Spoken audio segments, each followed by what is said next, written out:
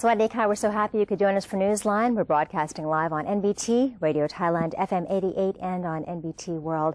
It's a Tuesday, and the date is January 20th of 2015, and you're with me, Sandra Han Utsaha.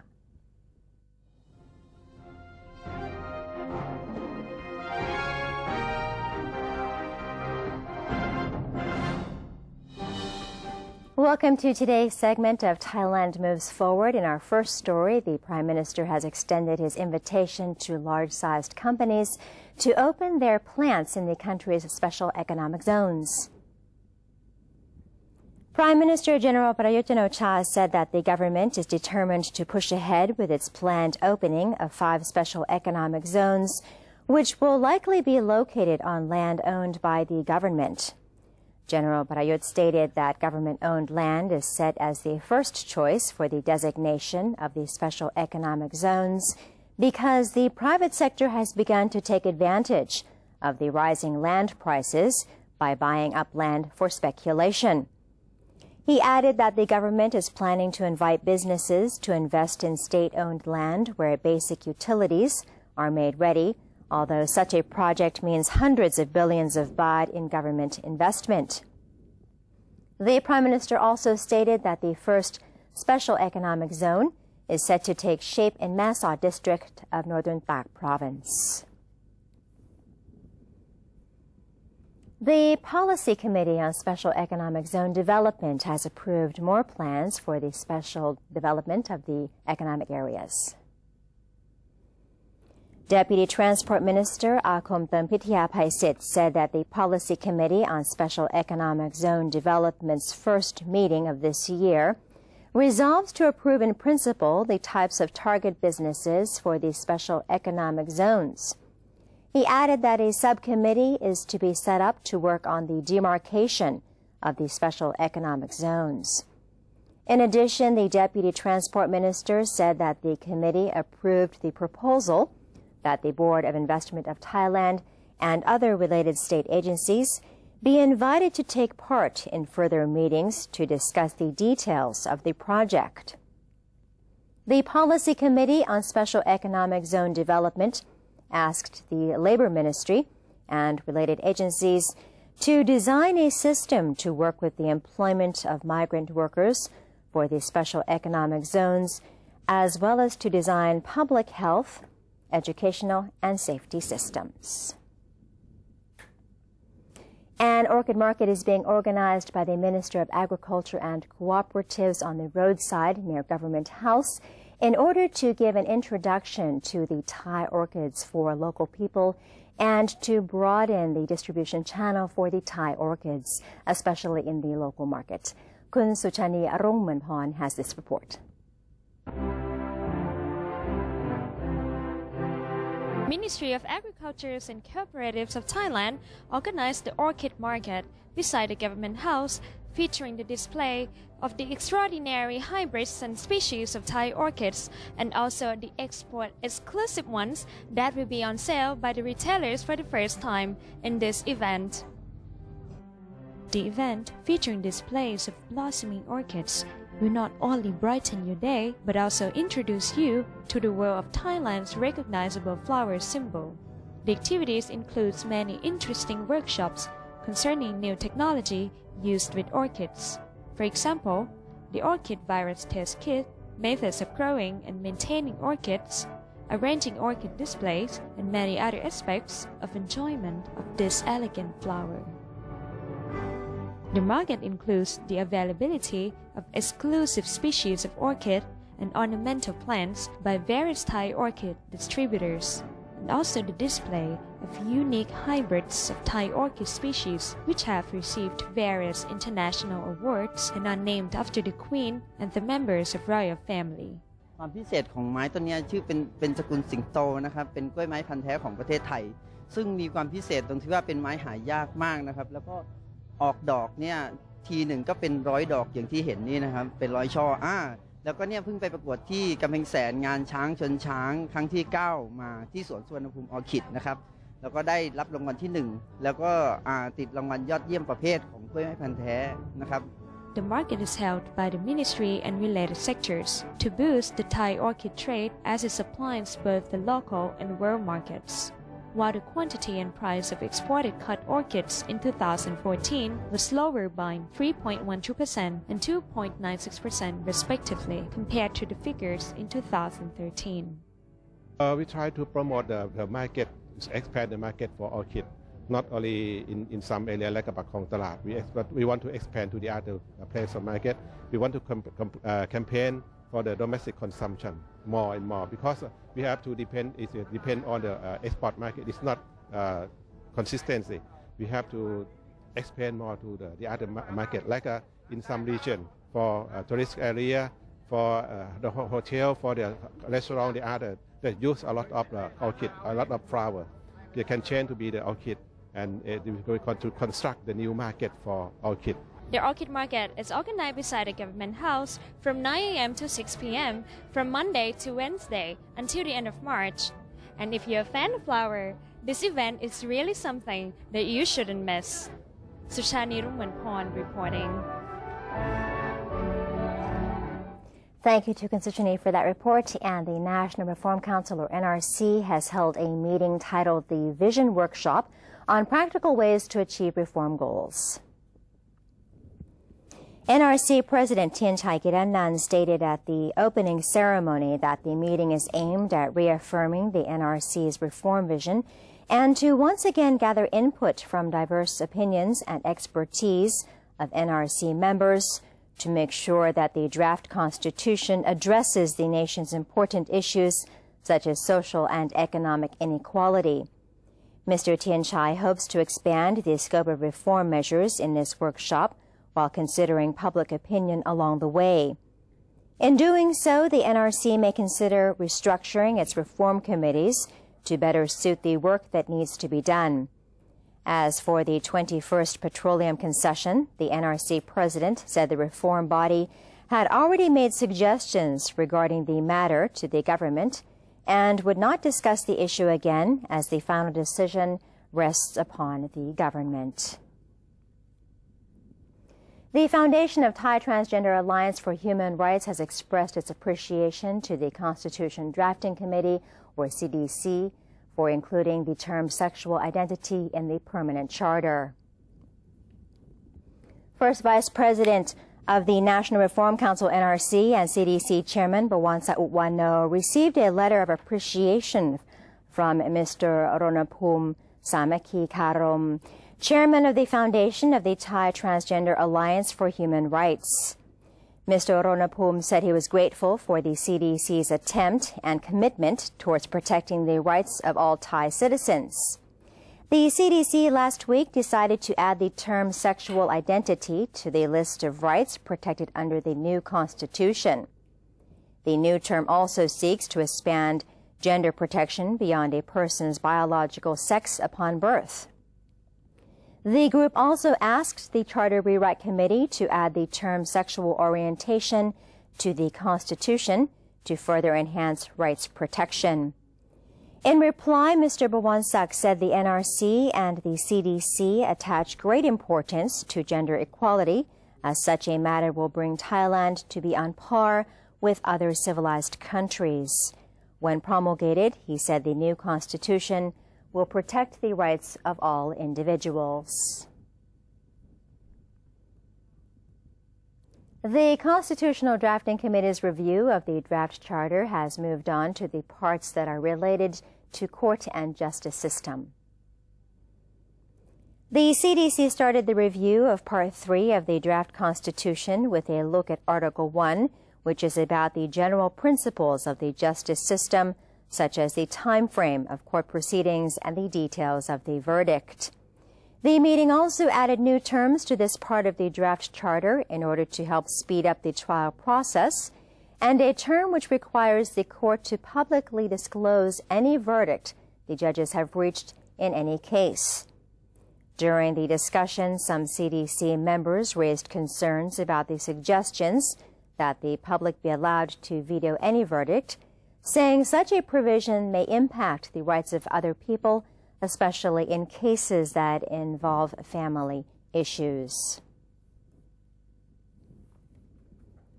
The prices of 3 categories of goods whose manufacturers have benefited from the drop in oil prices have already been lowered, according to the Department of Internal Trade.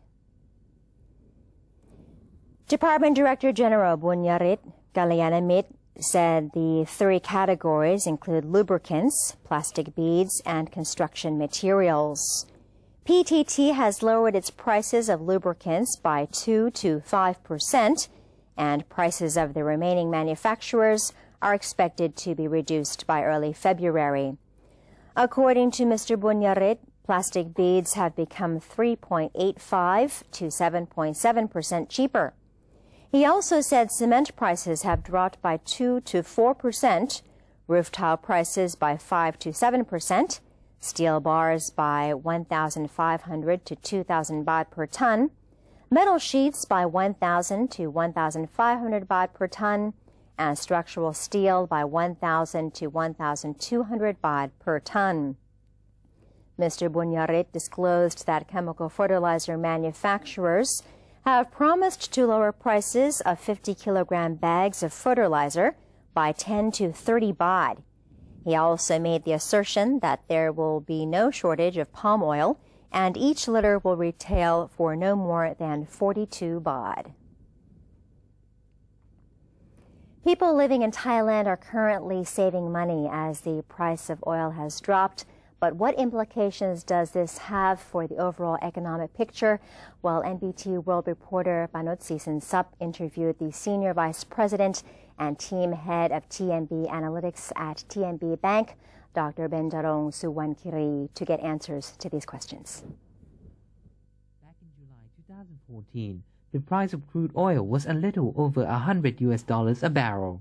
But today, the price has drastically dropped to less than $48 a barrel. The volatility, largely due to the boom in the shale oil out of the United States, has affected oil companies all over the world, including many of the OPEC countries, causing fluctuations in stock markets.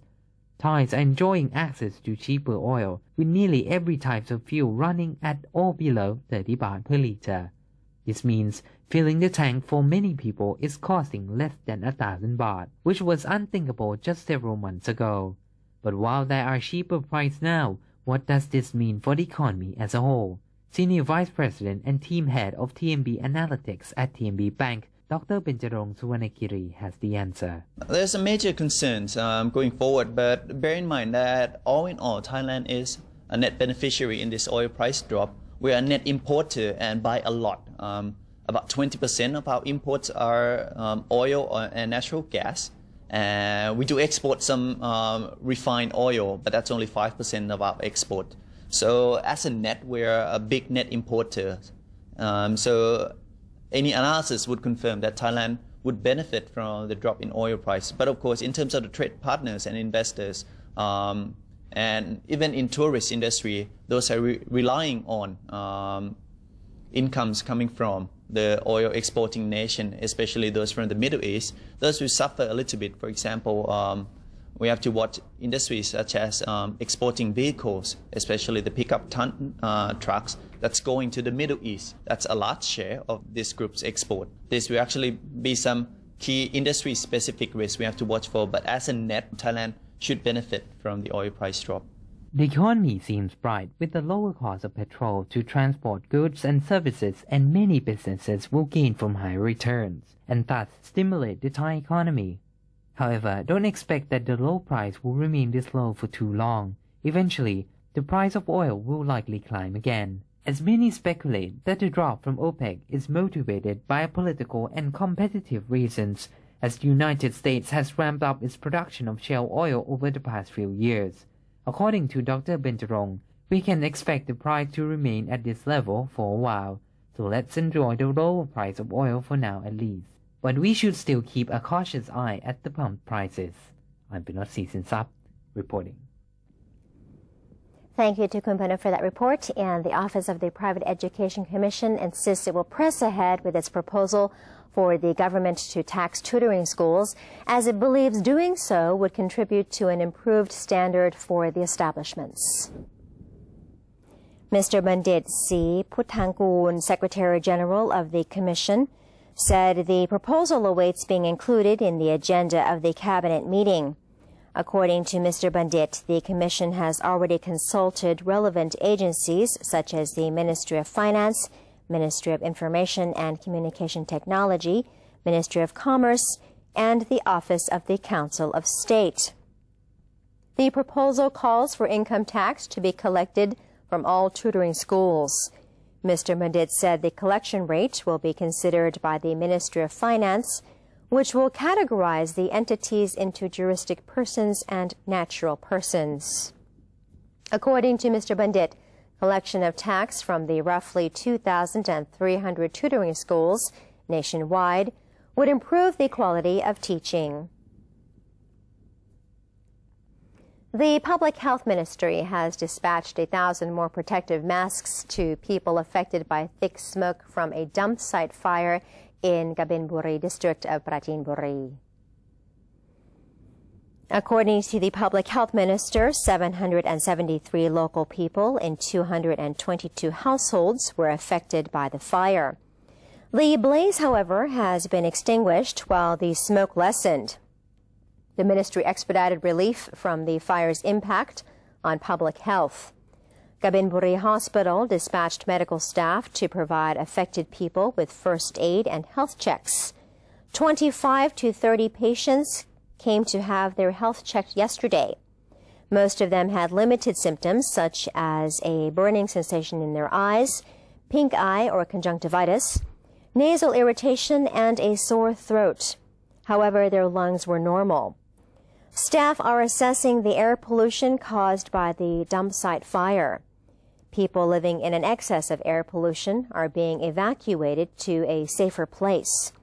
They are also advised to wear protective masks and drink lots of water, stay home, and avoid outdoor activities until the situation returns to normal. Moreover, the ministry intends to further its long-term plan for waste management, expected to be active by 2016, after 80% of the 27 million tons of waste are destroyed appropriately. The Meteorological Department has said the temperature will drop 1 to 2 degrees Celsius further in northern parts of Thailand as the high-pressure system from China is spreading across the region. People in the north and northeast have been told to brace for strong winds during this time. The temperature could plunge to 5 to 7 degrees Celsius on the mountaintops in these regions. It will remain cold in the central plain and the east tomorrow as the temperature has been forecast to drop to as low as 15 degrees Celsius in the morning. In Bangkok, the morning temperature range will be 18 to 21 degrees Celsius. The monsoon remains strong in the Gulf of Thailand and sea conditions are not ideal for fishing. Scattered showers are expected in Nakhon Si Thammarat and provinces below. The tropical storm Mekhala, which has already weakened into a tropical depression, is posing no threat to Thailand. Those traveling to the Philippines are advised to consult the weather forecast first. And that's the end of today's edition of Thailand Moves Forward. It's time for a quick break, but first here's a look at the exchange rates and commodity prices.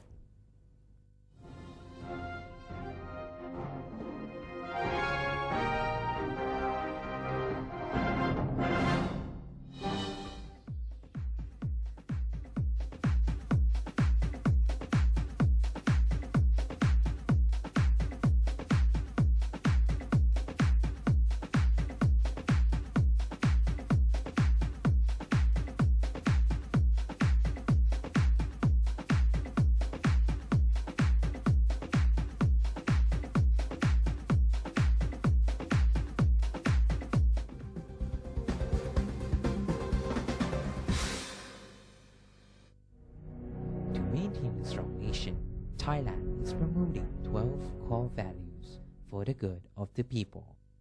Third core value, being grateful to parents and teachers.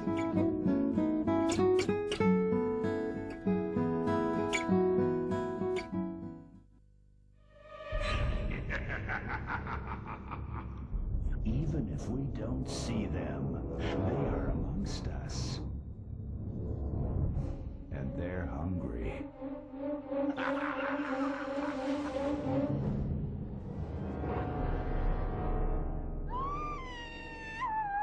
Slay your power-sucking monsters.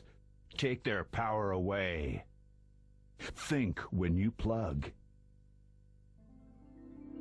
Faithful Buddhists are invited to donate to the building of a huge Buddha statue known as Praputta. It's to be constructed at Tepratown Temple, Soidao, Jantaburi. With a 20,000 baht donation, the donor's name will be engraved on the foundations of the statue. Those wishing to contribute may make their donations at the Royal Thai Embassy or at the Consulate General in each country, 7-Eleven convenience stores and stores with counter service signs, Rung Thai Bank, Siam Commercial Bank, or Bangkok Bank. Please contact the phone numbers shown for more details.